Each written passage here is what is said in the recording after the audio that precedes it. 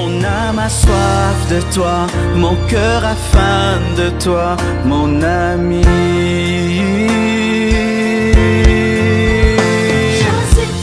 Je suis triste, je meurs.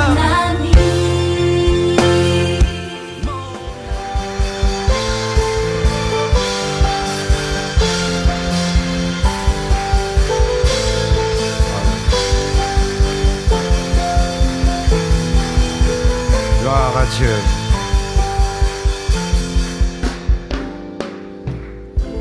Je vous salue au nom de Jésus-Christ. Je vous prie de vous asseoir. Aujourd'hui, vraiment, je demande à la presse de faire de son mieux, que la connexion soit parfaite, que le son soit parfait, que tout soit parfait, parce que ça, c'est un message très important. On ne doit pas se donner le droit qu'il ne puisse pas passer. Et s'il est possible de faire les 2 lives sur Facebook et sur YouTube, le faites. Sinon, vous devez placer tout ça sur Facebook après. Comme moi, avec la pluie, plusieurs ne sont pas venus. C'est un message qui doit vraiment être donné. Je serai très long dans mon message de ce soir et ce sera vraiment important de l'être. On m'a demandé de ne pas crier pendant 10 jours. Je vais faire l'effort. C'est pourquoi je vous prie de me donner votre attention. Mon message aujourd'hui, c'est sur le coronavirus. Amen. Parce que j'ai pas pu prêcher pendant 3 semaines. Et là, c'est ma première prédication à la compassion. Je voulais parler d'autre chose. Et même quand je suis venu, j'ai tout fait pour ne pas en parler, tellement il y a trop de choses que le Seigneur m'a révélées. Mais pendant qu'on chantait, Dieu m'a dit, ne scelle point la parole de la prophétie. Comme dans Apocalypse 22, verset 10, la Bible dit, il me dit, ne scelle point la parole de la prophétie de ce livre, car le temps est proche. Il y a des prophéties que tu dois garder pendant un temps et après les donner. Et il y a même un message que j'ai reçu sur le Congo, le futur du Congo. J'en parle seulement personne en personne, jamais en public. D'ici là, je le donnerai. Il pourra me créer des problèmes, des incompréhensions, mais je crois qu'il y a un temps, je devrais vous révéler ce que Dieu m'a dit sur le futur du Congo et sur comment le Congo peut sortir de tous ces problèmes que nous avons politiques et économiques. J'ai déjà partagé avec certaines des grandes autorités de ce pays, personnellement, mais pas en public. Mais aujourd'hui, je vais dire des choses importantes. Pour certaines personnes, ça va sortir de l'ordinaire, mais vous devez connaître. Et s'il y a un endroit où on doit connaître les choses, c'est à l'église. Amen. Un chrétien ne doit pas être ignorant comme les païens. Vous devez connaître les choses pour bien prier. Je vais parler de ces choses aujourd'hui, demain et dimanche. Et si tu ne comprends pas bien aujourd'hui, tu vas comprendre vendredi et tu vas mieux comprendre vendredi. Dimanche, si les églises seront toujours ouvertes, si on permettra toujours que nous puissions fonctionner comme ceci. Sinon, je vais faire un live que je vais mettre le vendredi ou le dimanche sur Internet.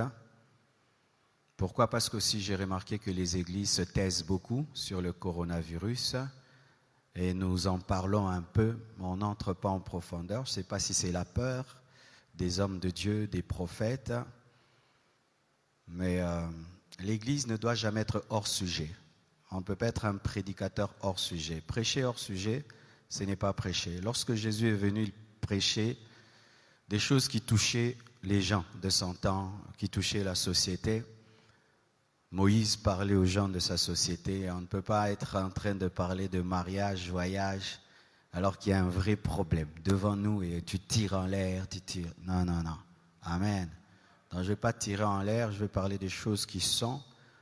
Et c'est pourquoi je voulais un interprète, je crois vendredi ou dimanche, je vais utiliser un interprète pour que tout le Congo puisse m'écouter. Alors, comme je l'ai dit, ce sera un long message. J'ai 14 choses à dire sur le coronavirus. Alors, voici la première chose dans 1 Corinthiens 12, 1 Chronique 12, verset 32. La Bible dit, dans 1 Chronique 12, verset 32, on parle des fils d'Issachar ayant l'intelligence des temps pour savoir ce que devait faire Israël, 200 chefs et tous leurs frères sous leurs ordres. En Israël, les tribus n'étaient pas que des noms. En Israël, il y avait plusieurs sortes de tribus et chaque tribu avait son rôle. Il y avait des tribus qui engendraient des rois, la tribu de Juda. Il y avait des tribus qui engendraient des serviteurs de Dieu, les Lévites. Il y avait des tribus qui engendraient des guerriers, les Benjamites. Et il y avait une tribu, elle engendrait des hommes intelligents. Des hommes qui avaient la capacité d'étudier le temps et de dire à Israël ce qu'il doit faire. Et l'Église doit avoir ce rôle des fils d'Issachar. Étudier le temps et dire à la nation ce qu'elle doit faire. Une Église qui n'étudie pas le temps et qui n'a pas l'intelligence du temps et qui ne peut pas dire à la nation ce qu'elle doit faire, ce n'est pas une Église, car nous sommes le sel de la terre, la lumière du monde. Pendant qu'il y a la panique générale, aujourd'hui, dans les supermarchés, il y avait des files comme en Europe. Hier, mes enfants, on leur a dit de ne plus aller à l'école. Comme en Europe. Mes enfants, ce matin, ne sont pas allés à l'école. Comme en Europe. Et il y a une panique générale. Et les gens ont des questions. Et qui doit répondre aux questions?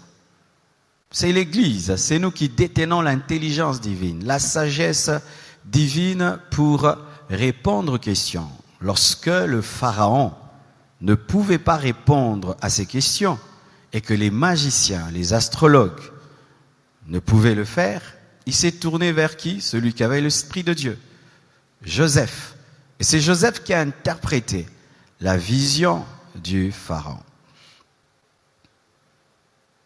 C'est pourquoi, étant fils d'Issachar, aujourd'hui nous devons étudier notre temps, ce temps-ci, cette année 2020, ce qui arrive, cette épidémie, ce virus, car il y a eu plusieurs virus que nous avons connus, mais il n'y a pas eu un virus en ce temps. C'est vrai, il y a eu la peste et tout le reste, mais pour nous, les hommes modernes, c'est vrai, on a parlé du sida, on a parlé d'Ebola, mais quelque chose qui touche tout le monde au même moment où les écoles ferment, où les églises ferment. On n'a jamais vu ça. Peut-être autant avant nous, mais en notre temps moderne, c'est une première et en si peu de temps. Ce qui arrive en Europe, du coup, tombe en Afrique et les mêmes choses se passent chez vous. Ils ferment, vous fermez. Alors nous devons étudier cela. Osée 4, verset 6 nous dit ceci. Mon peuple est détruit parce qu'il lui manque la connaissance. Puisque tu as rejeté la connaissance, je te rejetterai. Et tu seras dépouillé de mon sacerdoce, puisque tu as oublié la loi de ton Dieu, j'oublierai aussi tes enfants. L'ignorance de Dieu tue. Et ça tue au plus haut degré. Mais l'ignorance aussi des vraies informations tue aussi. Vous savez, l'homme a toujours tendance à banaliser les choses, à ne pas aller dans les profondeurs. Mais vous devez chercher à connaître. Pas écouter des blagues sur le coronavirus. Aujourd'hui, il y a même des chansons qui sortent dessus. Les gens rient, les gens blaguent et tout. Mais les gens, même certains en parlent, mais ils ne savent pas c'est quoi. C'est vrai, je ne suis pas médecin. Mais ma petite connaissance me permet de nous dire ceci. Le coronavirus a toujours existé. Vous savez ça? il y a plusieurs sortes de coronavirus. Et ils ont toujours existé. C'est pourquoi même sur certains produits, on voit des produits contre le coronavirus. Il ne s'agit pas de ce coronavirus-ci, car il y en a toujours eu avant. Et certains animaux portent le coronavirus depuis toujours. Mais ce n'est pas un coronavirus qui infecte l'homme et ce n'est pas aussi dangereux. C'est pourquoi celui-ci, il s'appelle Covid-19, parce que c'est un coronavirus précis. Et ce coronavirus, on l'a étudié, il a en lui deux souches. Le souche du coronavirus et du SRAS. Et les scientifiques qui approfondissent cette question sont en train de conclure que c'est un virus fabriqué par l'homme, fabriqué par des scientifiques. Car si vous ne savez pas, mes frères, vous devez le savoir, les dernières guerres mondiales, la dernière guerre mondiale va utiliser des armes chimiques, va utiliser des maladies comme armes. Nous sommes des hommes de temps de la fin. On ne peut pas vous prêcher comme si on était en 1900, 1800, 1700. Aujourd'hui, un homme est capable de fabriquer une maladie. Aujourd'hui, un homme est capable de fabriquer un virus. Et là où l'épidémie a commencé, cette ville-là, c'est une ville dans laquelle il y a des laboratoires qui fabriquent des virus, des armes. Et j'en dois en parler, parce que si tout le monde se tait, nous allons chasser des démons. Sachez, mes frères, que certaines épidémies dans ce monde sont des épidémies créées. Ce sont des tests, des armes, où on teste sur l'homme, une arme qu'on va utiliser un jour. Et les Occidentaux, des fois, testent leurs armes en Afrique. Je ne vais pas entrer dans trop de politique, mais vous devez le savoir, mes frères. Et ce virus-ci n'est pas un virus naturel, c'est un virus qui a été créé par l'homme depuis, je crois, 2003. Il a toujours existé. Ils vous vaccineront quand ils voudront. Le temps que les gens soient suffisamment paniqués, et puis ils vont vacciner. Et les gens vont acheter le vaccin et il y aura beaucoup d'argent parce que les vaccins, c'est une affaire, c'est un business. Chers Africains, vous devez savoir que la vaccination est un business. Même Ebola est un business. Il y a des gens qui sont devenus riches par Ebola. Il y a des gens qui ne veulent pas que les guerres s'arrêtent en Afrique. Parce que même la guerre est un business. Alors l'homme normal dit guerre. Mais les autres hommes très en haut là-bas disent business. L'homme naturel dit épidémie. Les industries pharmaceutiques disent business. Alors mes frères et sœurs, pour ceux qui sont démons, coronavirus, ce n'est pas un démon, mes frères. C'est une invention humaine, des scientifiques cupides, des scientifiques qui sont au service du mal. Car sachez que pendant la guerre mondiale, Hitler a utilisé des scientifiques. Quand on dit qu'on prenait les Juifs et qu'on les mettait dans les chambres à gaz et on les tuait, qui ont fait les chambres à gaz? C'était des hommes intelligents qui ont aidé un dictateur à tuer des hommes, à exterminer les hommes. Pour le vaccin, un jour, je vous parlerai même des vaccins. Un jour, si Dieu me permet, je vous parlerai de la vraie vérité qui est le vaccin, peut-être même ce soir. Parce qu'étant un homme de Dieu, je dois parler aussi de mes convictions. Mais ce n'est pas que je vous oblige. Je les partage. Celui qui est convaincu, il prend. Celui qui n'est pas convaincu, pas de problème, parce que ce ne sont pas des versets bibliques. Amen. Mais à un certain niveau à l'église, nous devons élever le niveau du débat. Amen. Que venir si faites très attention. Les hommes qui détruisent le monde, ils aiment une telle église, une église sans cerveau. Ils aiment les églises sans cerveau. Les pasteurs sans cerveau sont adorés par les manipulateurs. Parce que sachez qu'il y a des hommes très au sommet, au-delà même de nos présidents. Je ne parle même pas de nos présidents. Parce qu'au-delà des présidents et tout, il y a des grandes familles puissantes qui dirigent ce monde-ci, qui édictent des lois, qui changent des présidents, qui établissent des présidents, qui changent des lois. Et nous devons avoir la connaissance. Avant de prier pour une chose, tu dois connaître la chose. Amen. Hein? Avant de commencer à dire démon, tu dois dire, est-ce que vraiment c'est un démon? Ainsi, mes frères et sœurs, c'est un virus.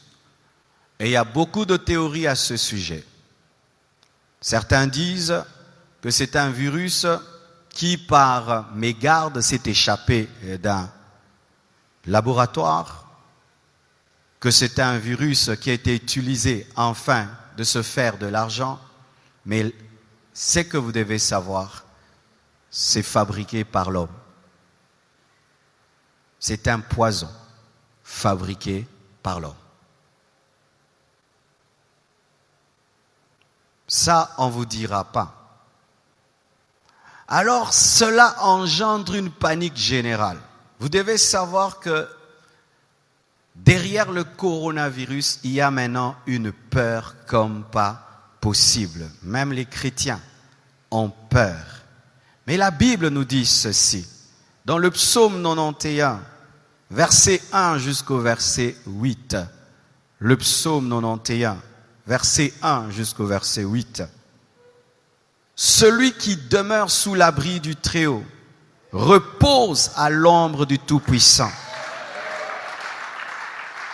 Je dis à l'Éternel, mon refuge et ma forteresse, mon Dieu en qui je me confie. Car c'est lui qui te délivre du filet de l'oiseleur, de la peste et de ses ravages. Il te couvrira de ses plumes et tu trouveras un refuge sous ses ailes. Sa fidélité est un bouclier et une cuirasse. Tu ne craindras ni les terreurs de la nuit, ni la flèche qui vole de jour, ni la peste qui marche dans les ténèbres, ni la contagion qui frappe en plein midi. Que 1000 tombent à ton côté et 10 000 à ta droite, tu ne seras point atteint. De tes yeux seulement, tu regarderas et tu verras la rétribution des méchants. La foi, la foi, la foi, pas la peur. La foi, pas la panique. La foi, pas la peur. Le chrétien n'a pas peur de la mort. S'il meurt, il va au ciel. S'il vit, il prêche l'évangile. S'il meurt, il va dans les paradis.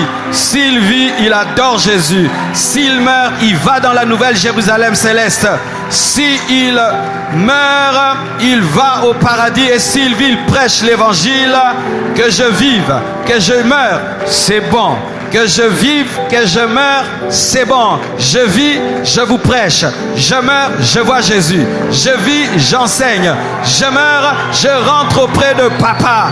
Tout est bon. Amen. Ce ne serait pas normal que pendant que le païen a peur, le chrétien a peur. Dieu nous promet sa protection dans les épidémies. Dieu nous promet sa protection dans les pandémies. Une pandémie, c'est lorsque une épidémie quitte un continent et va vers un autre. Et là, nous sommes plus dans une épidémie, nous sommes dans une pandémie. Mais malgré la pandémie, Dieu te dit qu'il va te protéger, Il va te garder, il va te sécuriser. Ne tombe pas dans la panique, ne tombe pas dans la peur de la mort. Dieu te protège. Amen. Mais est-ce que pour autant, parce que Dieu nous protège, parce que Dieu nous garde, que nous n'allons pas respecter les mesures sécuritaires? Est-ce que parce que Dieu nous garde, parce que Dieu nous protège, que nous allons continuer à nous saluer et mettre les mains sur nos bouches? Est-ce que parce que Dieu nous protège, que quelqu'un va tousser à côté de moi et je vais lui dire tousse encore? Est-ce que parce que Dieu nous protège, que quelqu'un sera enrhumé à côté de moi et plein de fièvre, que je veux lui dire ça ne fait rien? Non. L'équilibre. Je n'ai pas peur de la mort. Je n'ai pas peur de la maladie, mais je ne dois pas tenter Dieu. La Bible dit que vous boirez des breuvages mortels et vous ne mourrez point. Mais est-ce que pour autant tu vas prendre le poison? Si par mes gardes on t'empoisonne, Dieu te protège. Mais si tu sais que le plat est empoisonné, tu ne le prends pas. C'est pourquoi nous devons, malgré que nous sommes des chrétiens, respecter les mesures sécuritaires. On ne se salue plus avec les mains. Amen. On vous impose les mains de loin. Parce qu'un pasteur peut être vecteur de beaucoup de microbes. Je te touche, tu transpires et puis j'impose à 20 personnes. Je prendrai donc sur ta tête ta transpiration que je vais communiquer à 20 personnes. Alléluia. Ainsi, nous devons, malgré que nous sommes des chrétiens et que nous n'avons pas peur, nous ne devons pas tenter Dieu. Amen. Nous devons. Alors, nous ne devons pas nous moquer de ces églises. Nous entendons en Europe, elles ont fermé. Ah, le pasteur n'a pas la foi. Le pasteur n'a pas la foi. Le pasteur n'a pas la foi. En Europe, il y a des gens qui ont été contaminés à l'église. Il y a des prédicateurs qui ont été contaminés. Il y a des familles de pasteurs qui ont été contaminées. Ce n'est pas parce que tu es chrétien que tu es fou. Amen. Ce n'est pas parce que tu es chrétien que tu sais qu'à l'école, il y a des enfants malades. Toi aussi, tu envoies tes enfants. Ce n'est pas parce que tu es chrétien, que tu es médecin, que tu ne vas pas porter le cache-nez. Ce n'est pas parce que tu es chrétien que tu ne vas pas laver les mains. Ce n'est pas parce que tu es chrétien que tu ne vas pas veiller sur ta santé. Sinon, il ne faut pas manger. Dieu va te nourrir. Il ne faut pas te laver. Dieu va te laver. Amen. Alors, mes frères, ne tombons pas dans la folie. Ayons la foi. Amen. Même Jésus, quand on voulait le tuer avant le temps, il fuyait. Jésus fuyait la mort quand ce n'était pas le temps de mourir. Il n'a pas dit, je suis le crucifié, tuez-moi. Non, quand il était bébé, il a fui la mort. On l'a amené en Égypte. Chaque fois qu'on voulait le tuer avant le temps de Dieu, Jésus évitait, il fuyait. Mais quand le temps est venu, il a accepté la mort. Et la Bible dit ceci, soyez simples comme des colombes, prudents comme le serpent. Donc, si demain on nous dit qu'il faut respecter un maître, tu respectes un maître. Amen. Si demain on dit, maintenant il y a des millions de personnes, même au Congo, les églises ferment, on ferme. Fermer l'église, ce n'est pas fermer la foi. Fermer un bâtiment, ce n'est pas fermer l'église, parce que l'église n'est pas un bâtiment. Je vais venir là. Amen. Parce qu'il y a des gens qui, au nom de la foi, ils vont aller tenter Dieu et Dieu va leur prouver ce verset de Matthieu 4, versets 5 à 7. La Bible dit dans Matthieu 4, versets 5 à 7, le diable transporta Jésus dans la ville sainte, le plaça sur le haut du temple et lui dit, si tu es le Fils de Dieu, jette-toi en bas, mets-toi en danger. Si tu es le Fils de Dieu, jette-toi en bas. Mets-toi en danger, Dieu te protège, car il est écrit, il donnera des ordres à ses anges à ton sujet, et ils te porteront sur les mains. Il lui présente une promesse de protection. Maintenant, il dit, mets-toi en danger, parce que Dieu a dit qu'il va te protéger quand tu seras en danger.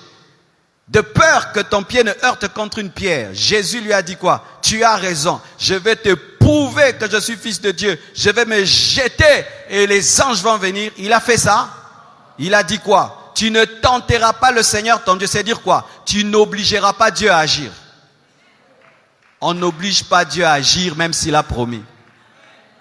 Dieu, tu as dit que 1000 tombent à ma droite, 1000 à ma gauche. Tu vois 50 personnes en train de tousser là-bas, à d'éternuer. Tu viens là-bas, robo-bo-bo-bo. Aux Covid-40.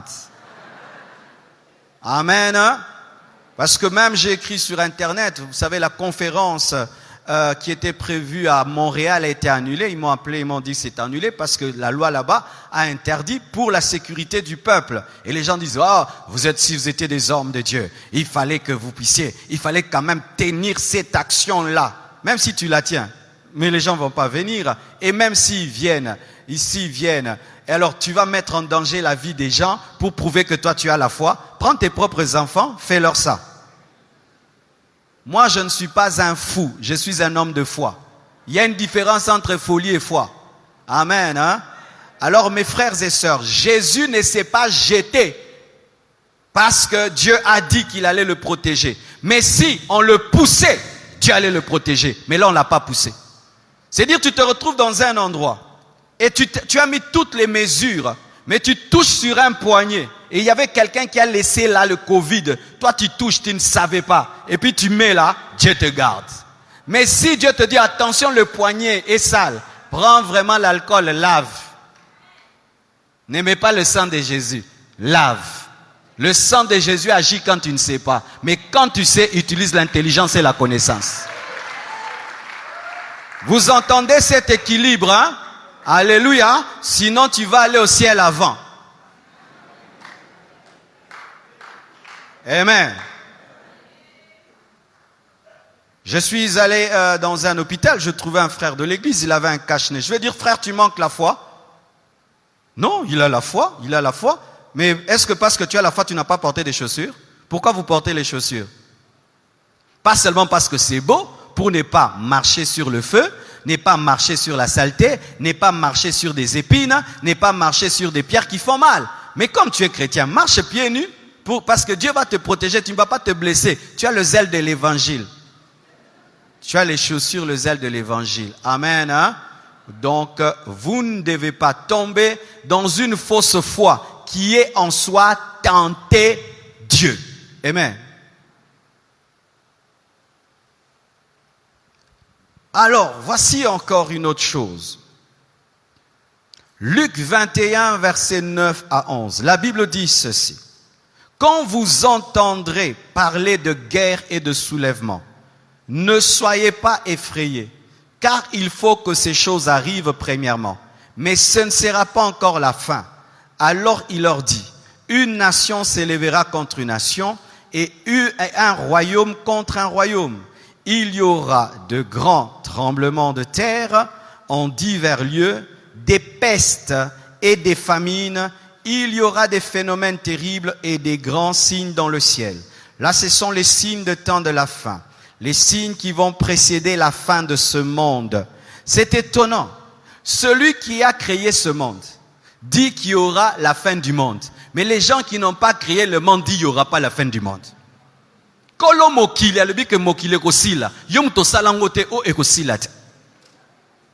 Le créateur de ce monde dit que ce monde prendra fin.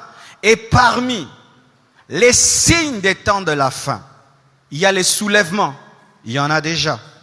Il y a des soulèvements des nations contre d'autres, des royaumes contre d'autres, des tremblements de terre qui deviennent de plus en plus violents, des pestes. Et le coronavirus Covid-19 est un signe de peste. C'est une peste. C'est le terme que la Bible donne aux épidémies. Et c'est là que tu peux mettre le coronavirus dans la peste, dans Matthieu. Dans Luc 21, versets 9 à 11, les pestes. Le coronavirus est un des signes des temps de la fin. Mes frères, si vous faites l'étude de notre temps, vous allez voir devant nous comment tous les signes des temps de la fin, progressivement, sont en train de se réaliser et de s'accomplir devant nous. Et ces pestes, Il y aura des pestes qui proviendront de la nature, qui proviendront des animaux, qui proviendront des hommes, mais il y aura des pestes fabriquées par l'homme lui-même comme des armes chimiques et bactériologiques. Comme je vous l'ai dit, l'homme à la fin des temps va inventer des maladies. L'homme à la fin des temps va inventer des virus pour tuer l'autre homme. Une nation créera des virus pour tuer une autre. Les scientifiques créeront des maladies afin de tuer des hommes pour que les hommes reviennent auprès d'eux, pour qu'ils puissent les soigner. Et ça fait que le business est en train d'évoluer et d'évoluer. Vous devez le savoir. La Bible nous dit que parmi les signes des temps de la fin, c'est la cupidité. La cupidité est l'un des grands signes des temps de la fin. Et la cupidité est capable d'amener un homme à faire une maladie pour devenir riche. Vous devez le savoir. Des fois, en Afrique, nous réagissons par rapport aux choses, mais pas par rapport à ce qui est derrière. Regardez même dans notre pays. C'est dans notre nation que nous avons le plus grand contingent de la MONUSCO, mais la guerre ne prend pas fin. Comment? Comment? Ils ne peuvent pas arrêter cette guerre, parce que s'ils arrêtent la guerre, leurs fils vont travailler où? Parce que la MONUSCO leur donne du travail. Venir auprès de vous, arrêter une guerre, c'est travailler. Donc si la guerre prend fin, le travail prend fin. Maintenant là-bas, il n'y a plus de travail. Et ils vous laissent vous entretuer devant eux, ils viennent seulement regarder observateurs. Mais ils sont payés, bien payés. Des observateurs de la mort, bien payés, bien nourris. Si tu parles comme ça, il faut parler quoi? Il faut parler quoi? Moi, des fois, je dis, il faut parler quoi? Il faut parler la vérité. Amen. Mes frères et sœurs, soyons plus intelligents que prier. Amen. Hein? Et ça, c'est un signe des temps de la fin. Jésus revient bientôt. Jésus revient bientôt. Et je suis très heureux, car même les païens commencent à parler de la fin du monde. Même les athées commencent à dire fin du monde. Alléluia. Même si vous refusez l'eschatologie biblique, vous parlerez l'eschatologie biblique.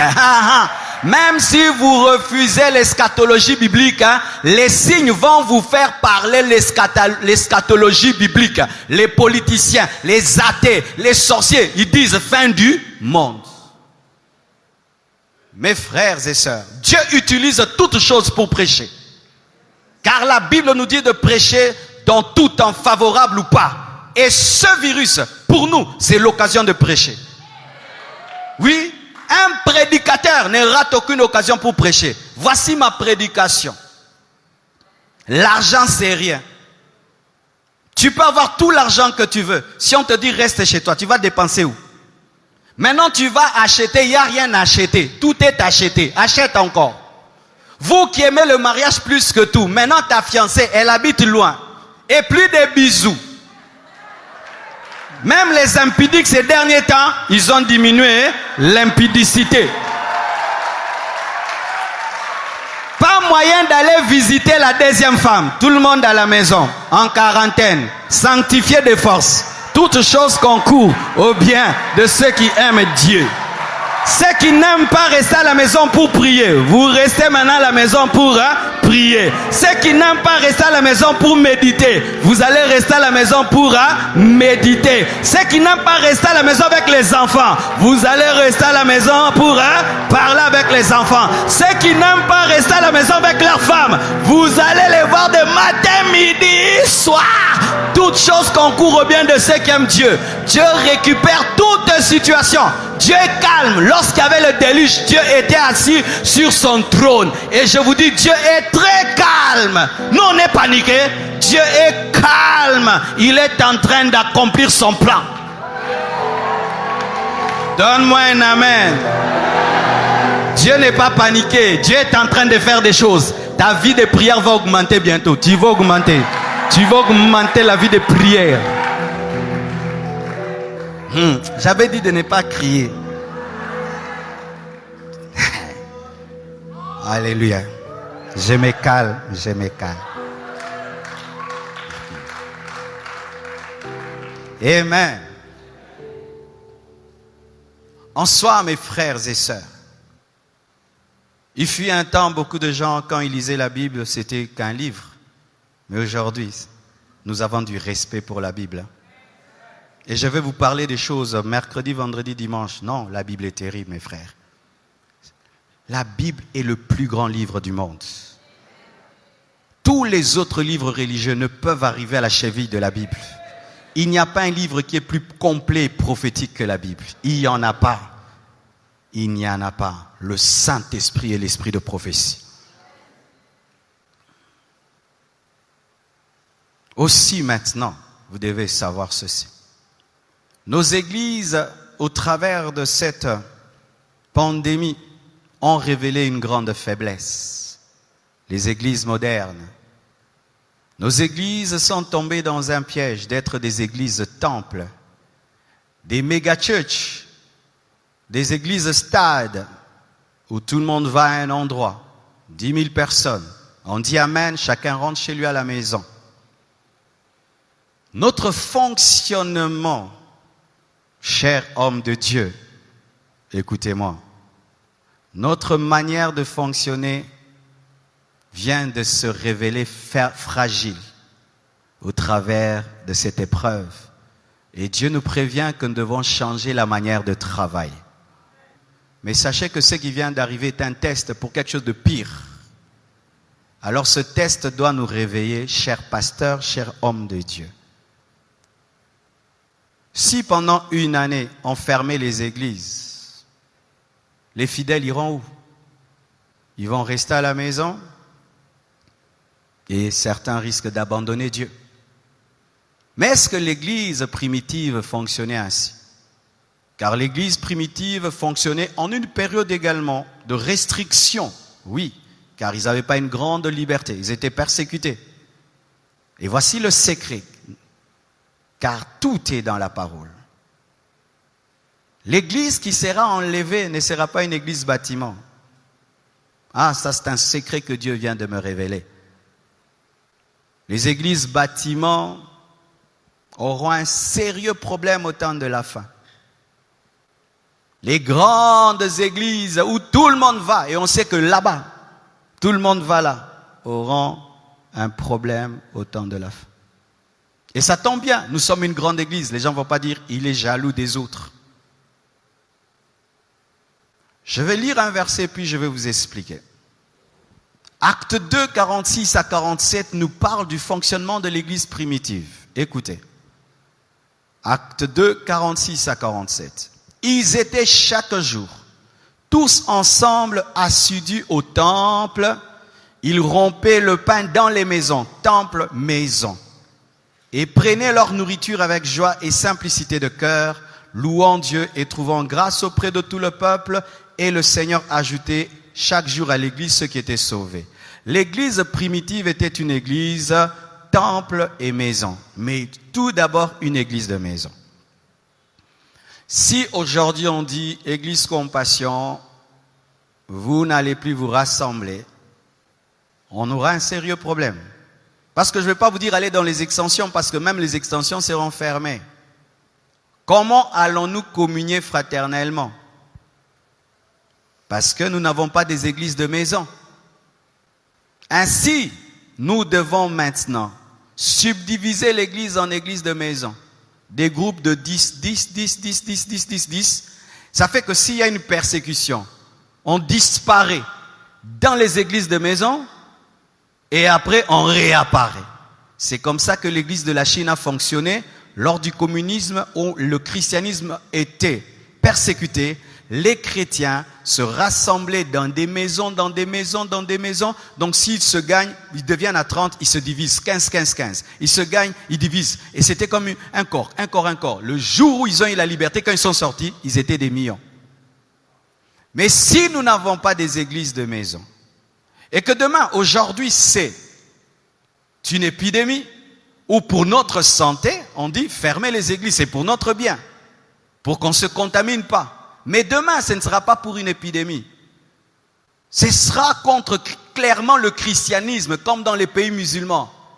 On dit plus d'églises chrétiennes dans ce pays.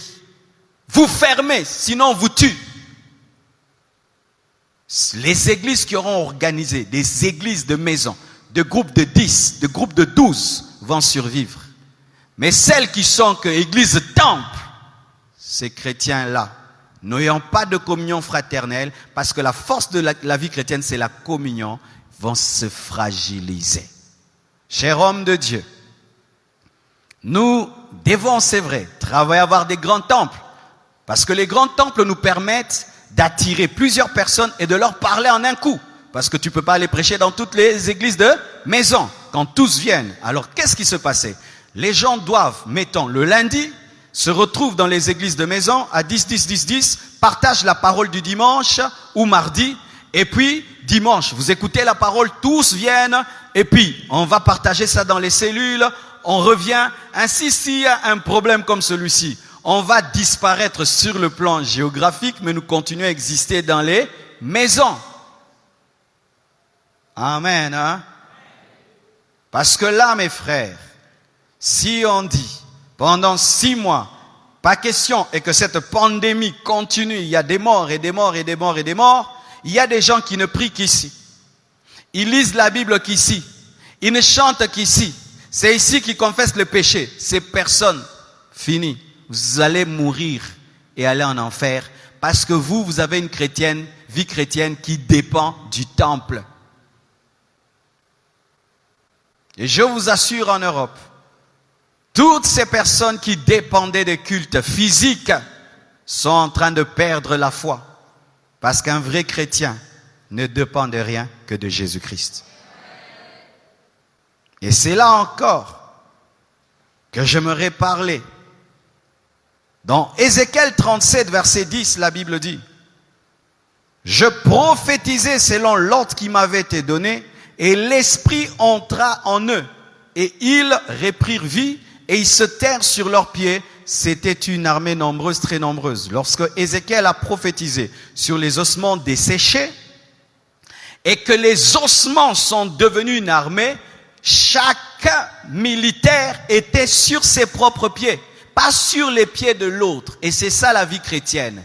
Malgré que nous sommes une armée, mais chaque militaire est sur ses pieds. C'est-à-dire quoi? Tu ne dois pas avoir une vie chrétienne qui dépend de la communion fraternelle. Tu ne dois pas avoir une vie chrétienne qui dépend du pasteur. Tu ne dois pas avoir ces gens-là qui viennent, quand il vient là, la voiture du pasteur n'est pas là, il rentre à la maison. Quand il vient, le pasteur a voyagé, il reste à la maison.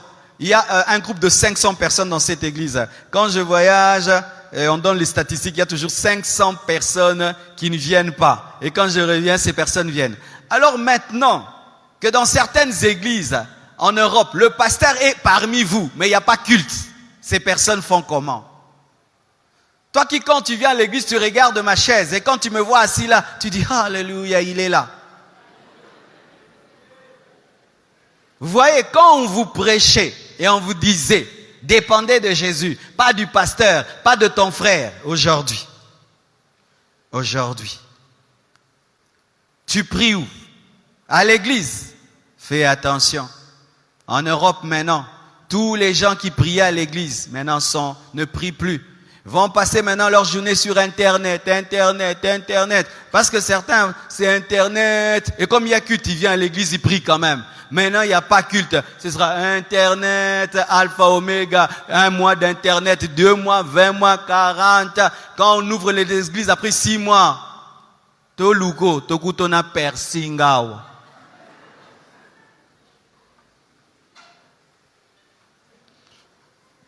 Allez chercher Dieu pour vous-même. Établissez une vie chrétienne personnelle où tu te réveilles toi-même pour prier. Toi-même, tu ouvres la Bible, tu la lis. Toi-même, tu travailles ta vie chrétienne. Pas par rapport au culte, pas par rapport au temple, pas par rapport au pasteur. Toi et Jésus sur tes propres pieds. Amen. Hein?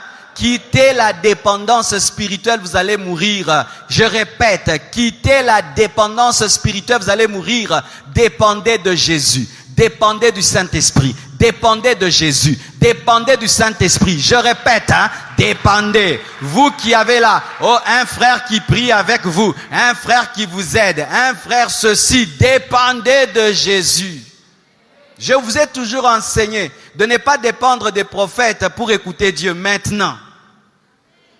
Les gens là en Europe qui allaient tout le temps, prophète, regarde-moi, Dieu a dit quoi? Dieu a dit quoi? Lui, il a maintenant le corona. Comment il va te prophétiser?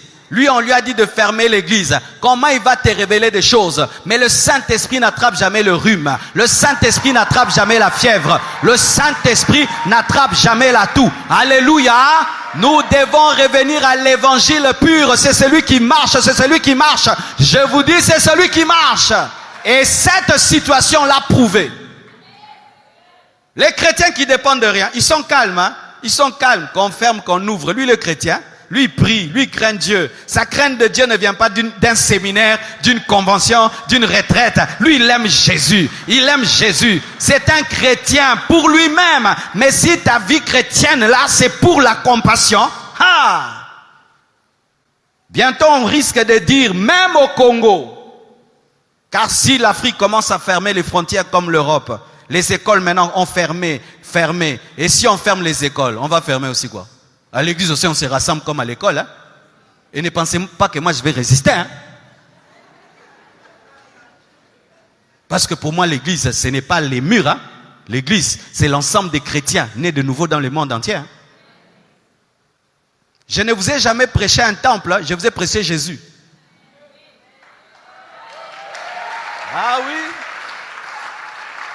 Vraiment, je vous dis, tout concourt au bien de ceux qui aiment Dieu. Tout est bon pour moi, tout est bon. C'est pourquoi aussi les pasteurs, il faut avoir des économies. Si tu sers Dieu pour les mabonzas maintenant.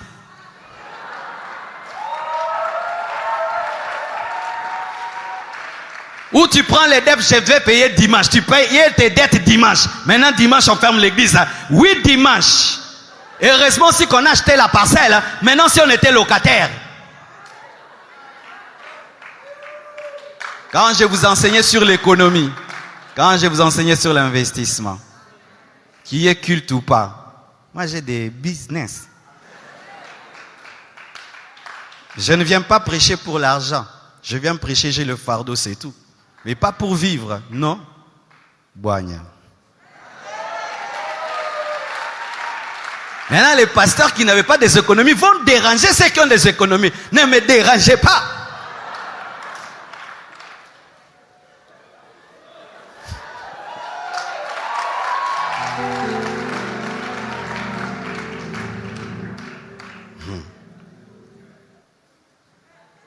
Alléluia.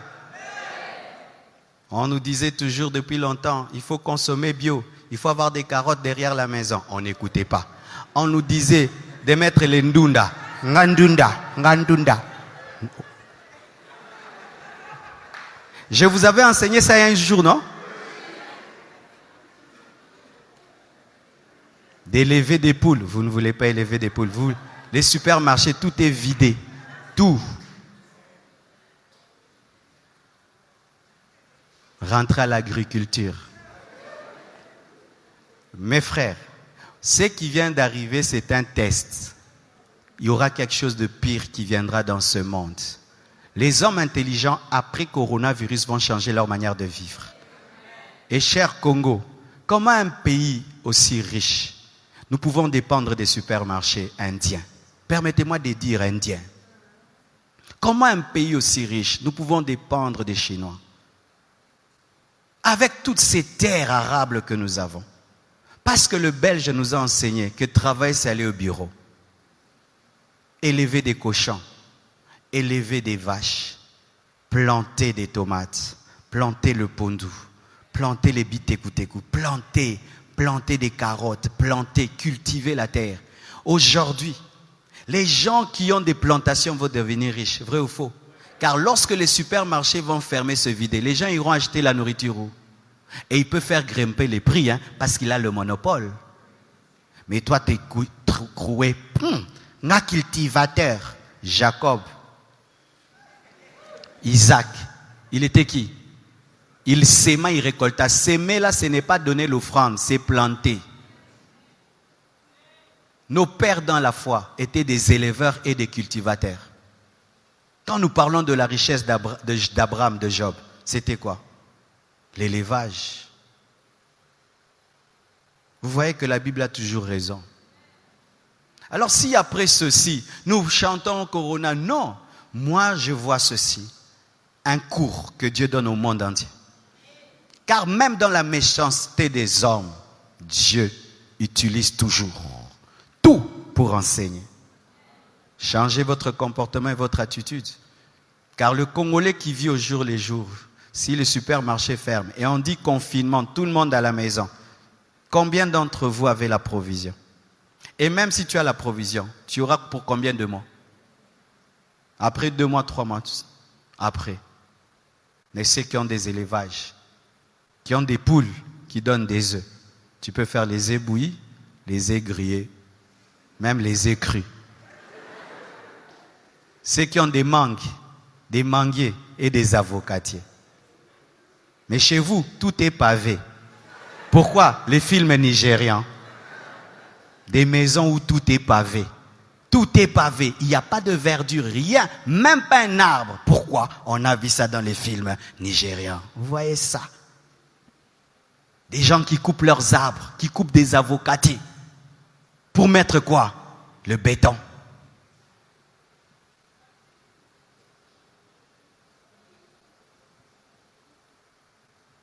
Alléluia. Voici mes frères et sœurs, chacun doit être sur ses pieds. Travaillez à avoir une vie de prière personnelle. Travaillez à avoir une vie de méditation personnelle, une vie de sanctification personnelle. Parce que si on fait un confinement de 3 mois, qui va te suspendre quand tu vas pécher? Personne. Qui viendra t'accuser à l'église? Personne. Qui va dire que maintenant tu as abandonné Dieu? Personne. Personne. Qui sera ton président des départements? Personne. Qui sera derrière toi? Personne. Si vous êtes des chrétiens d'église, des chrétiens d'apparence, votre mort est certaine. Répentez-vous et donnez-vous vraiment à Jésus-Christ. Une autre chose. 1 Thessaloniciens 5, versets 2 à 3. La Bible dit ceci. Car vous savez bien vous-même que le jour du Seigneur viendra comme un voleur dans la nuit, il s'agit de l'enlèvement. Quand les hommes diront paix et sûreté, alors une ruine soudaine les surprendra comme les douleurs de l'enfantement surprennent la femme enceinte et ils n'échapperont point. Qu'est-ce que ceci veut dire? Qu'après l'enlèvement, les hommes sur la terre vont crier paix et sûreté. Pourquoi? Il y aura des guerres, des épidémies, des bruits de guerre, des déchirements sur la terre, et le monde sera à la recherche d'un homme qui va donner la paix. Le monde entier va soupirer après la paix. Qui va arrêter ces guerres? Qui va arrêter cette insécurité? Qui va arrêter ces épidémies? Qui va nous mettre dans la paix? Le monde cherchera tellement la paix que l'Antichrist viendra et il va dire, moi je vais vous donner la paix. Et l'Antichrist va donner la paix pendant un temps. Et quand il va donner la paix, le monde va l'adorer. Mais quand ils vont l'adorer, il va révéler sa véritable face. Et le monde va se rendre compte qu'ils ont adoré le diable.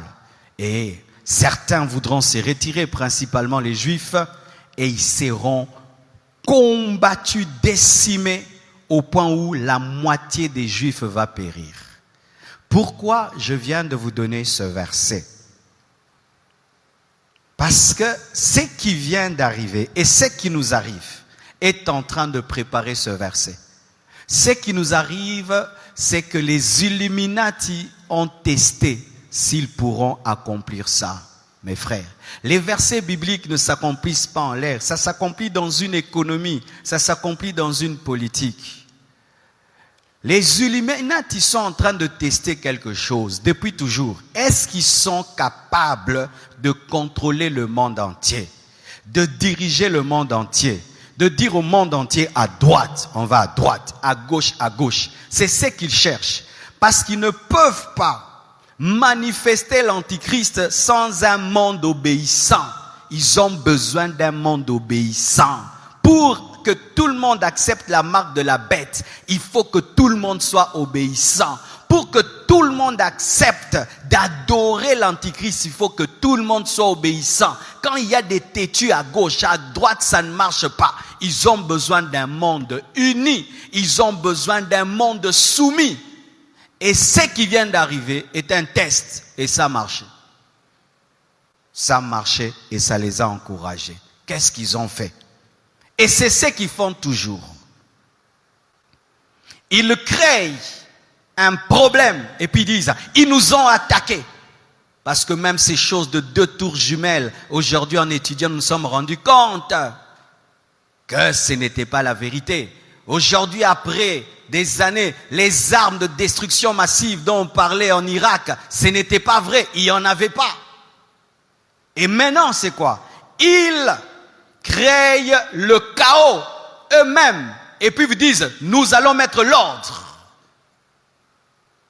Et là maintenant, ils ont créé cette épidémie pour vous dire, nous devons vous soigner.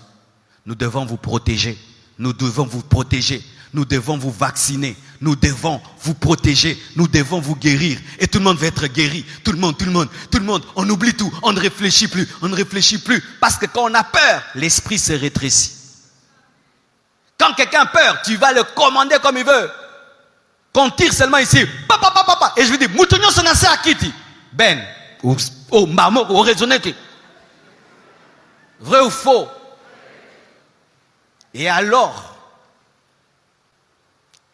ils ont testé et ça réussit. Parce que l'Antichrist créera des guerres et ces guerres, lui-même viendra les finir. Lui-même crée la guerre et lui-même vient finir la guerre. Et puis vous dites, l'homme de paix, lui-même crée la maladie, lui-même te soigne. Lui-même crée la maladie, lui-même te vaccine. Et là, quand même je vois les Français, parmi les hommes les plus rebelles de la terre, les plus têtus de la terre, on dit tout le monde à la maison. Français. Personne à l'école. Fermez les églises. Ça montre à quel point le monde devient un. Le même phénomène qui arrive en France, qui arrive en Chine, touche le Canada, l'Italie, le Congo. Le monde est devenu un. Nous ne sommes plus dans ce monde-là où il y a la Chine d'un côté, l'Afrique d'un côté. Une maladie touche la Chine, va en Italie, va en France, va ceci, vient au Congo. Un seul monde. Et l'Antichrist a besoin d'un seul monde. Parce que maintenant nous avons tous les mêmes problèmes. La Chine est touchée, toute l'économie mondiale tombe. Pourquoi? On ne voyage plus, les sociétés d'aviation tombent. Air France a perdu sa cote en bourse, les téléphones, tout le monde est par terre. Toute l'économie mondiale est par terre. Parce qu'un seul pays seulement a été infecté. La Bible est vraie. Ils ont testé leur capacité de diriger le monde. Ils ont testé leur capacité d'influencer la terre. Et ils ont vu qu'ils peuvent le faire. Mais maintenant, qu'est-ce qui se passe dans un test? Lorsque tu réussis, tu passes à la vitesse supérieure. Parce que ça, c'est un test. Les gens qui disent ça, c'est tout. Non, ils ont testé. Et il y aura le vaccin. Il y aura le remède. On n'en parlera plus. Mais, ils ont retenu la leçon. On peut maintenant, plus seulement aux États-Unis, plus seulement en Europe, mais on peut faire ça maintenant dans le monde entier. Parce que qu'est-ce qui se passe? Maintenant, nous les Congolais, on dit quoi? Fermez aussi les frontières, vrai ou faux? Nous disons ça, non? Comme les autres. Les États-Unis ont fermé. Nous, tout le monde. La Côte d'Ivoire a fermé, n'est-ce pas? Les frontières. Le Sénégal, je crois, a fermé. Et bientôt, le Congo va fermer.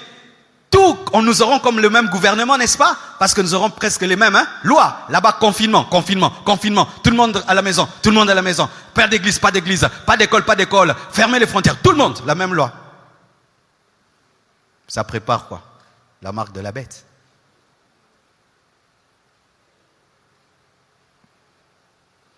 Alors, voici une vérité que vous devez savoir aussi. Exode 1, verset 7 à 16 est un verset terrible, mais que souvent nous passons comme ça. Mais cet esprit qui est dans ce verset est toujours dans le monde. Lisez. Exode 1, verset 7 à 16. La Bible dit ceci. Les enfants d'Israël furent féconds et multiplièrent. Donc ils sont devenus nombreux. Dites nombreux.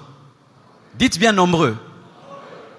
Ils s'accrurent et devinrent de plus en plus puissants. Nombreux et de plus en plus puissants. Et le pays en fut rempli. Comme les Chinois. N'est-ce pas? Qui remplissent le monde et deviennent très nombreux et sont puissants. Vrai ou faux? Il s'éleva sur l'Égypte un nouveau roi qui n'avait point connu Joseph. Il dit à son peuple, voilà les enfants d'Israël qui forment un peuple plus nombreux et plus puissant que nous. Allons, montrons-nous habiles, dites habiles. En soi, montrons-nous rusés. Lorsqu'ils veulent tuer, ils disent on doit être habile, on doit être intelligent.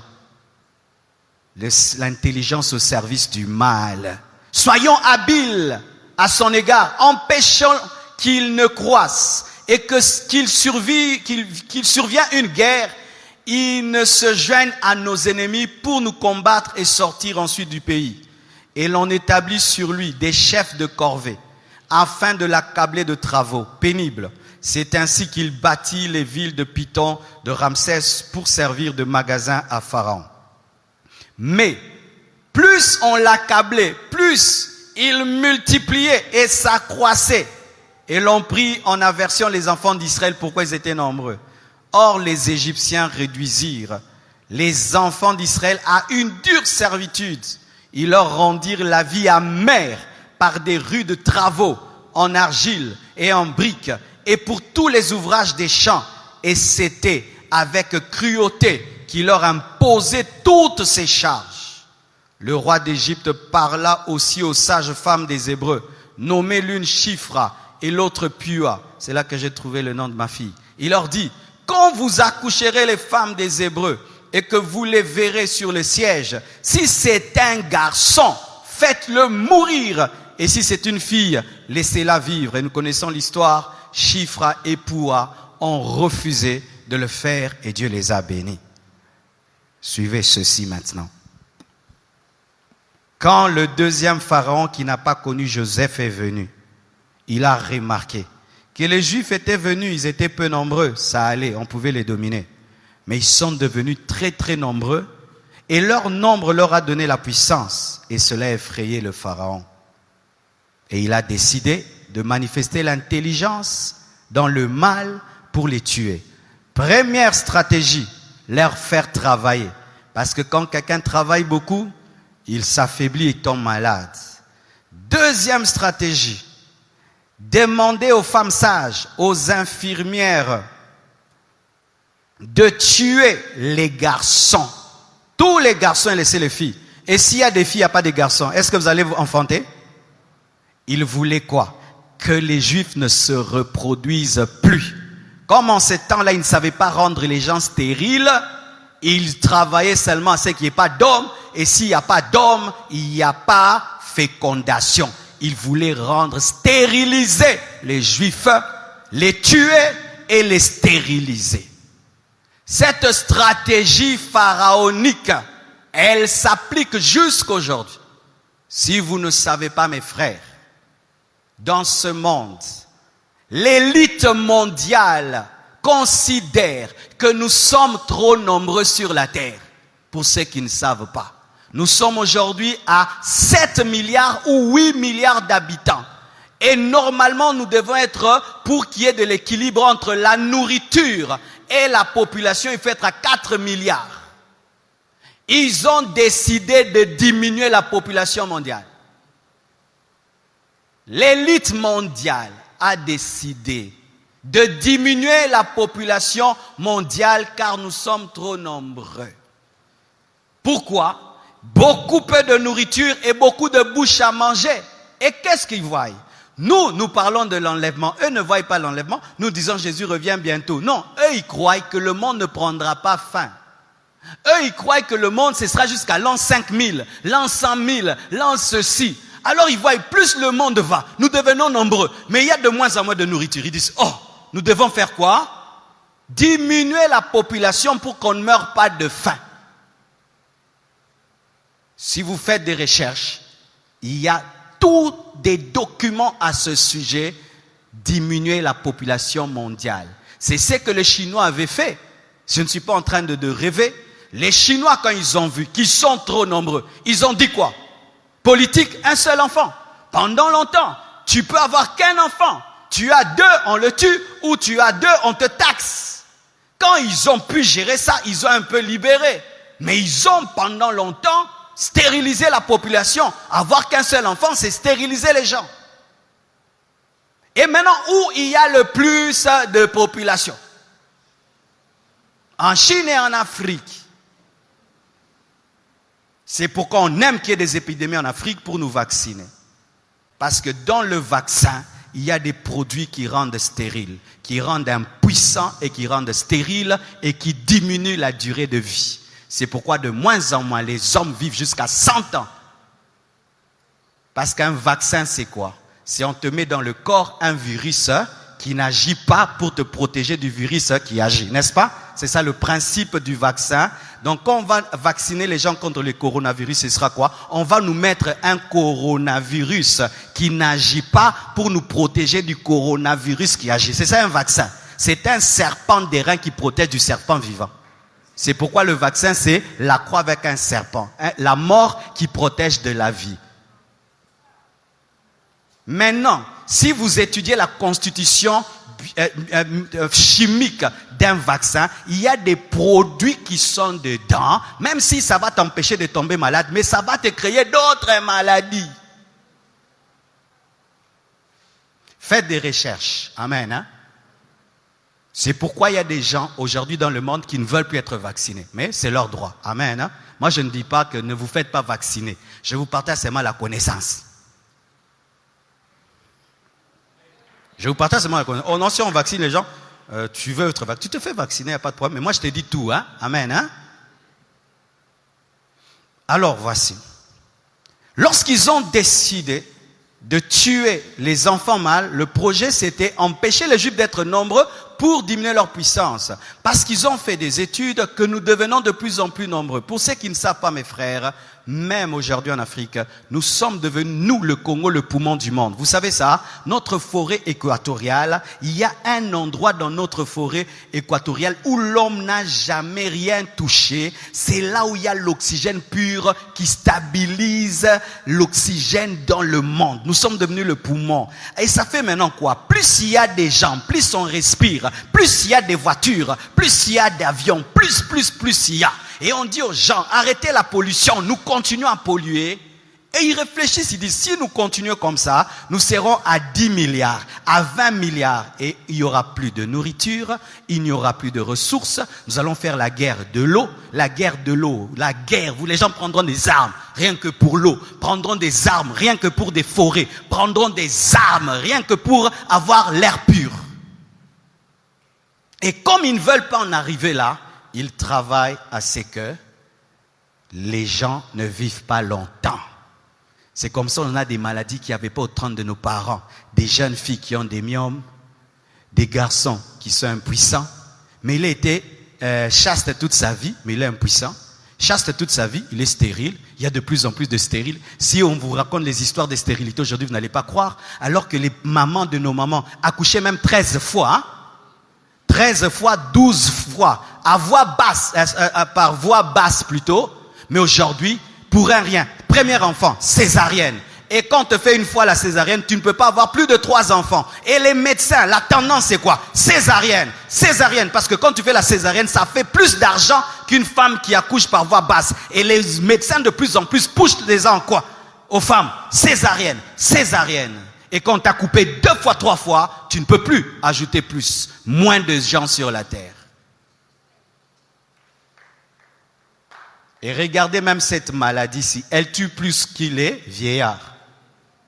Pourquoi? Pour qu'il quitte la terre, non? Vite.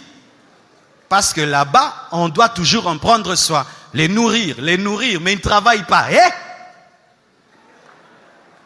Et ils se sont arrangés que les enfants soient les porteurs donnent aux autres, mais eux-mêmes ne meurent pas. Il y en a qui meurent, mais ils résistent, hein, mais ils tuent les vieillards. C'est une manière de les enlever vite, vite. Parce que, mais oui, il y a l'euthanasie, vous connaissez l'euthanasie. Aujourd'hui, de plus en plus, on conseille même quelqu'un qui est malade, on lui aide à mourir.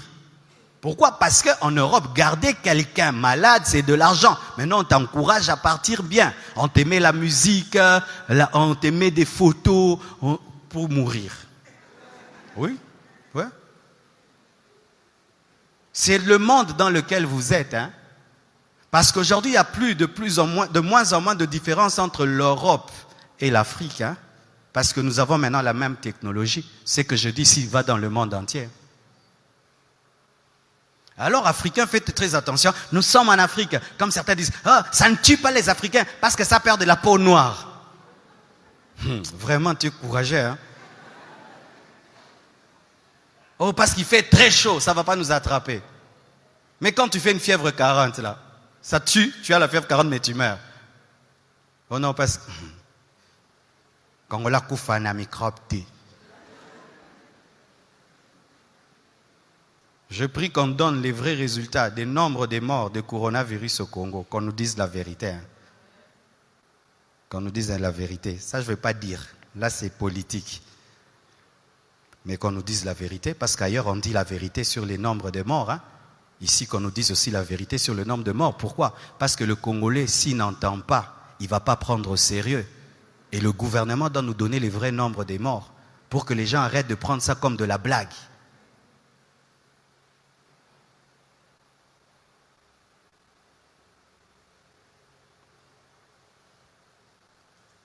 Alors voici une autre chose. Romains 10, versets 1 à 2. La Bible dit ceci. Frères, le vœu de mon cœur et ma prière à Dieu pour eux, c'est qu'ils soient sauvés. Je leur rends le témoignage qu'ils ont du zèle pour Dieu, mais sans intelligence. Il s'agit des Juifs, mais voici un enseignement, qu'il est possible d'avoir du zèle pour Dieu, mais sans intelligence. Et intelligence, c'est-à-dire que tu peux servir Dieu, mais tu ne le sers pas avec intelligence, tu ne le sers pas bien. Et maintenant, comment l'Église va traverser cette période? Il faut qu'elle combine le zèle et l'intelligence. Si seulement nous sommes zélés, mais les pasteurs, nous n'ajoutons pas l'intelligence, nous aurons un problème. Voici.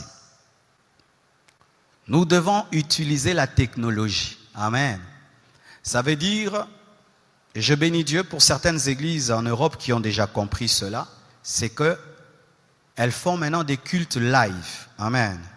Si aujourd'hui à Kinshasa on dit plus d'églises, ne vous en faites pas, je serai dans vos téléphones. Donc le matin quand je me réveille, je viens ici. Sans église, caméra. Et je vous dis, soyez branchés. Puis je vous prêche, et puis vous envoyez aussi les offrandes par M-Pesa.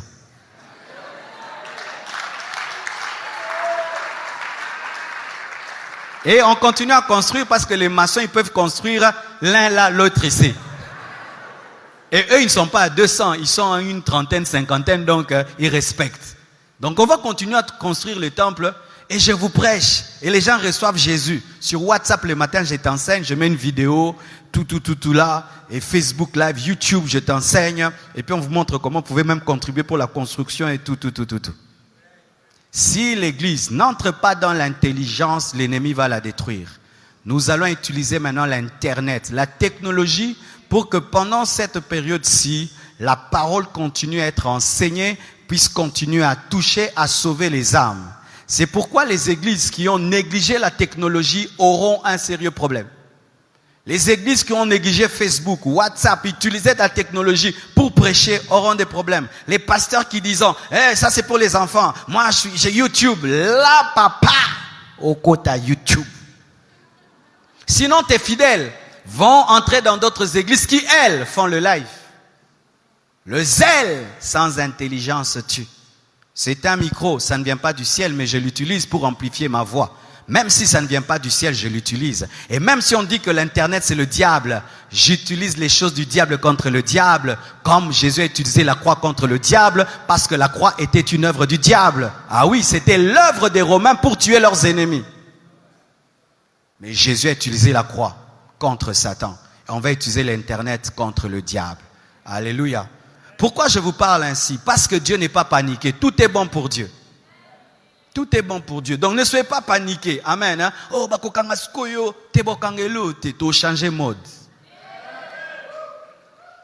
Amen. Mende, na boeto mona asumingite. Si cela arrive ici, ce pourrait aussi que ça ne nous arrive pas, qu'on arrive jusqu'au point de fermer les églises.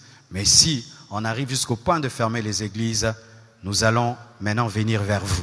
Comme toi, tu ne pourras pas venir vers l'église, nous allons aller vers toi. Et quand la période va passer, nous allons subdiviser l'église en familles de 12, 12, 12, 12, 12, parce qu'il y aura dans les années qui viennent pire que ceci. Amen.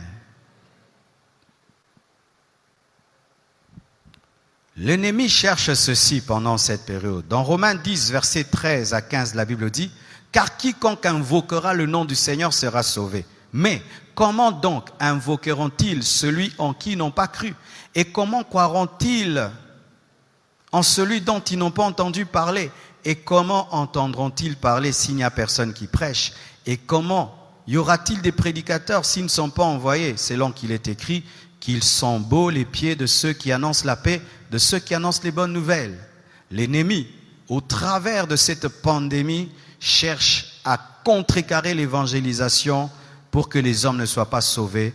Parce que pour qu'un homme soit sauvé, il doit croire. Pour qu'il croie, il doit entendre. Pour qu'il entende, il faut que quelqu'un parle. Et pour que quelqu'un parle, il faut qu'il prêche. Et pour qu'il prêche, il doit être envoyé.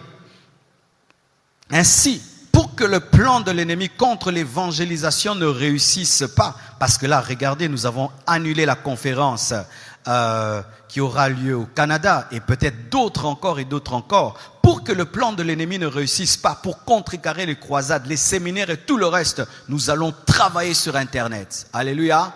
Nous allons travailler sur Internet, et si nous ne pouvons pas regrouper les gens dans un lieu, nous pouvons les impacter chacun chez lui. Car ce qui est important pour Dieu, ce n'est pas un rassemblement, c'est un impact. Amen.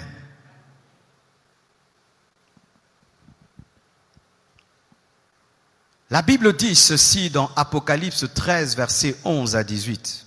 « Puis je vis monter de la terre une autre bête, qui avait 2 cornes semblables à celles d'un agneau, et qui parlait comme un dragon. Elle exerçait toute l'autorité de la première bête en sa présence, et elle faisait que la terre et ses habitants adoraient la première bête dont la blessure mortelle avait été guérie. Elle opérait de grands prodiges, même jusqu'à faire descendre du feu du ciel et sur la terre à la vue des hommes. Et elle séduisait les habitants de la terre par les prodiges qui lui étaient donnés d'opérer en présence de la bête, disant aux hommes de la terre de faire une image à la bête qui avait la blessure de l'épée et qui vivait.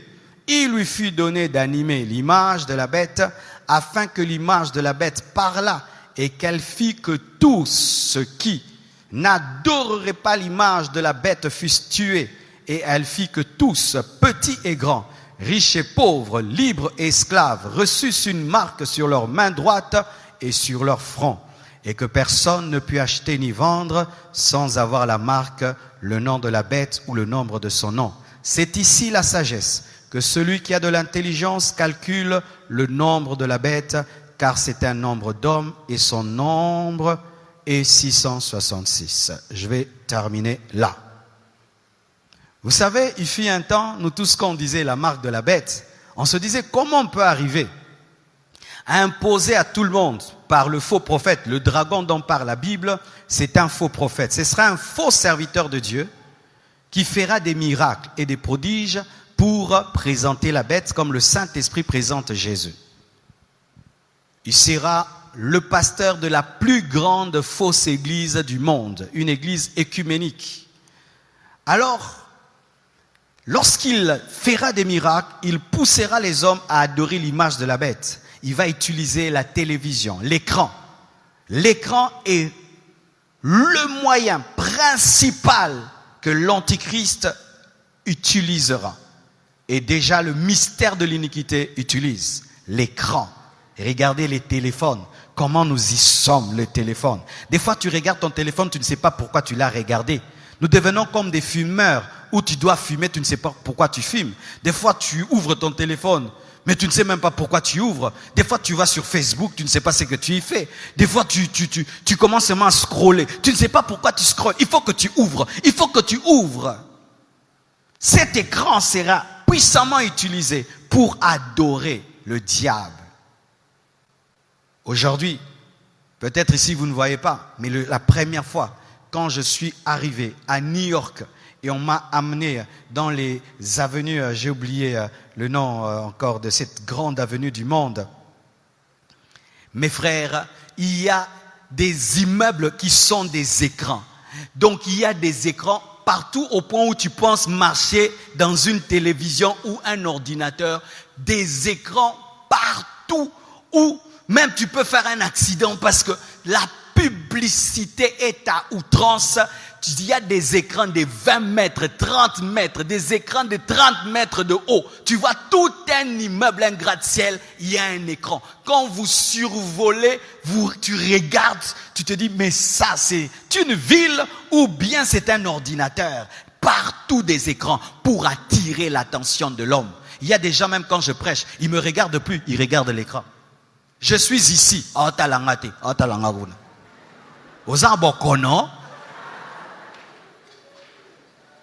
Je suis là. Il est là-bas. Il regarde, il te regarde. D'autres, il y a même de la place ici. Ils préfèrent aller là-bas, là où il y a l'écran. Il regarde la télé, il ne sait même plus pourquoi il la regarde. Va dormir. Bomango.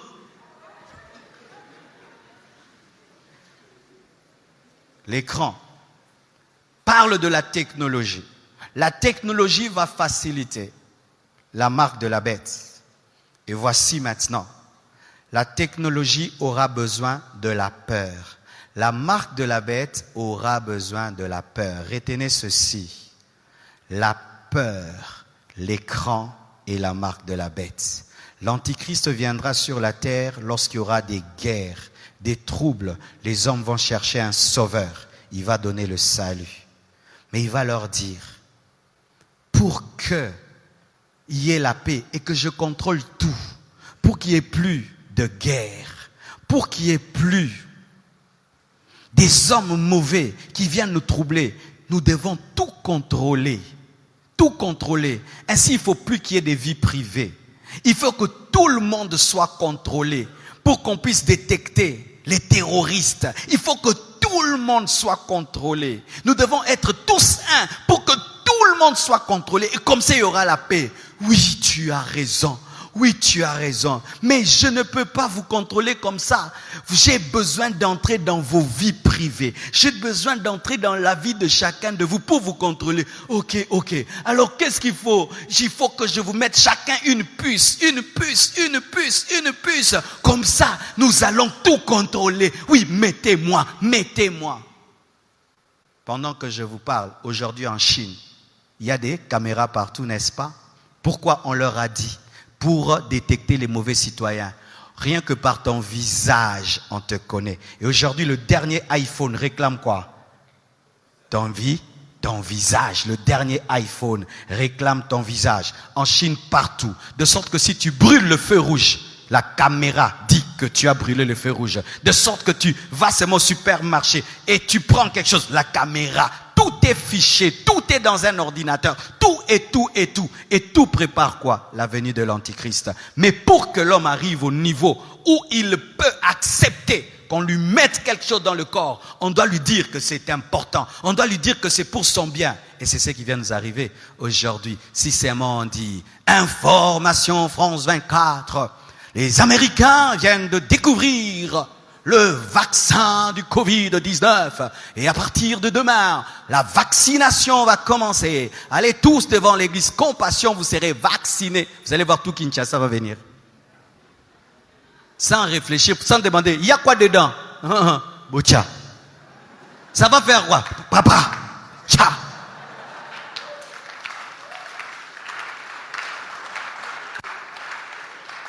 La peur permet de faire tout ce qu'on veut. La peur permet de diriger. La peur permet de contrôler. Les dictateurs le savent. Il faut effrayer un peuple pour lui faire accepter tout. La marque de la bête, ce sera une combinaison de technologie et de peur. Alors, étant des chrétiens, mes frères, ne soyez pas seulement dans le fait de dire « Corona, Corona ». Il y a au-delà du Corona des enjeux eschatologiques, des enjeux économiques, des enjeux politiques, des enjeux spirituels derrière ceci. C'est pourquoi je clôture en disant ceci. Dans 1 Pierre 4, verset 7.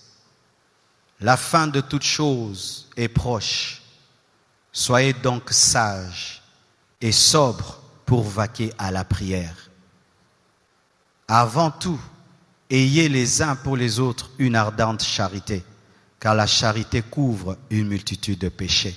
Soyez sages, soyez sobres, vaquez à la prière, ne tombez pas dans la distraction. En dépit de tout ce qui arrive, soyez dans la prière. Prions pour que cette épidémie, vraiment, aille loin de nous, aille loin du monde. Prions pour que tout ceci s'arrête, car il y a des hommes qui meurent réellement, des enfants qui meurent réellement, des adultes qui meurent réellement. Ces chiffres-là, 600, 10 000, il y a des hommes réellement qui meurent, des familles qui sont éprouvées, des orphelins, des veuves et de veufs. Et tous ceux qui sont derrière cela, au dernier jour, seront jugés par Dieu. Car s'il faut envoyer des maladies sur la terre pour s'enrichir, pour contrôler, pour diriger, rien que pour ça, sachez qu'au dernier jour, même l'élite mondiale rendra des comptes à Dieu.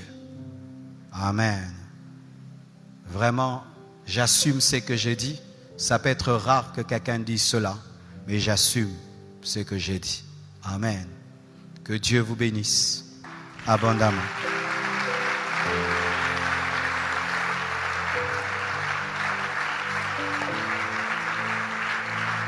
Rendons grâce à Dieu pour ce message et la continuité vendredi et dimanche. Prions. Seigneur, merci pour cette parole. Qu'elle nous remplisse de sagesse et d'intelligence. Bénis ton peuple qui l'a entendu et accorde-nous ta sagesse le vendredi et le dimanche. J'implore ta grâce et ta connaissance. Et je prie, Père éternel, mon Dieu, que ton règne vienne sur la terre et que derrière tout ceci, tu puisses, Seigneur, te glorifier. Protège-nous, Seigneur, de cette pandémie. Protège-nous, Seigneur, de cette épidémie. Seigneur, libère les nations de la cupidité. Libère les nations, Seigneur, Dieu de gloire, de la manipulation.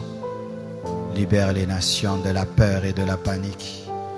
Libère ton Église de la distraction. Libère tes serviteurs de la distraction. Au nom de Jésus, dis avec moi, Seigneur Jésus, accorde-moi une vie chrétienne, stable, personnelle, fixée sur toi et sur toi seul. Je veux être dépendant seulement du Saint-Esprit, seulement de Jésus. Garde-moi de toute maladie, ma famille, ma nation et le monde entier. Au nom de Jésus-Christ. Amen. Allez partager ces choses. Amen. Lorsque tu seras avec tes frères et sœurs et qui diront des choses, dis-leur ces choses. Amen. Merci beaucoup.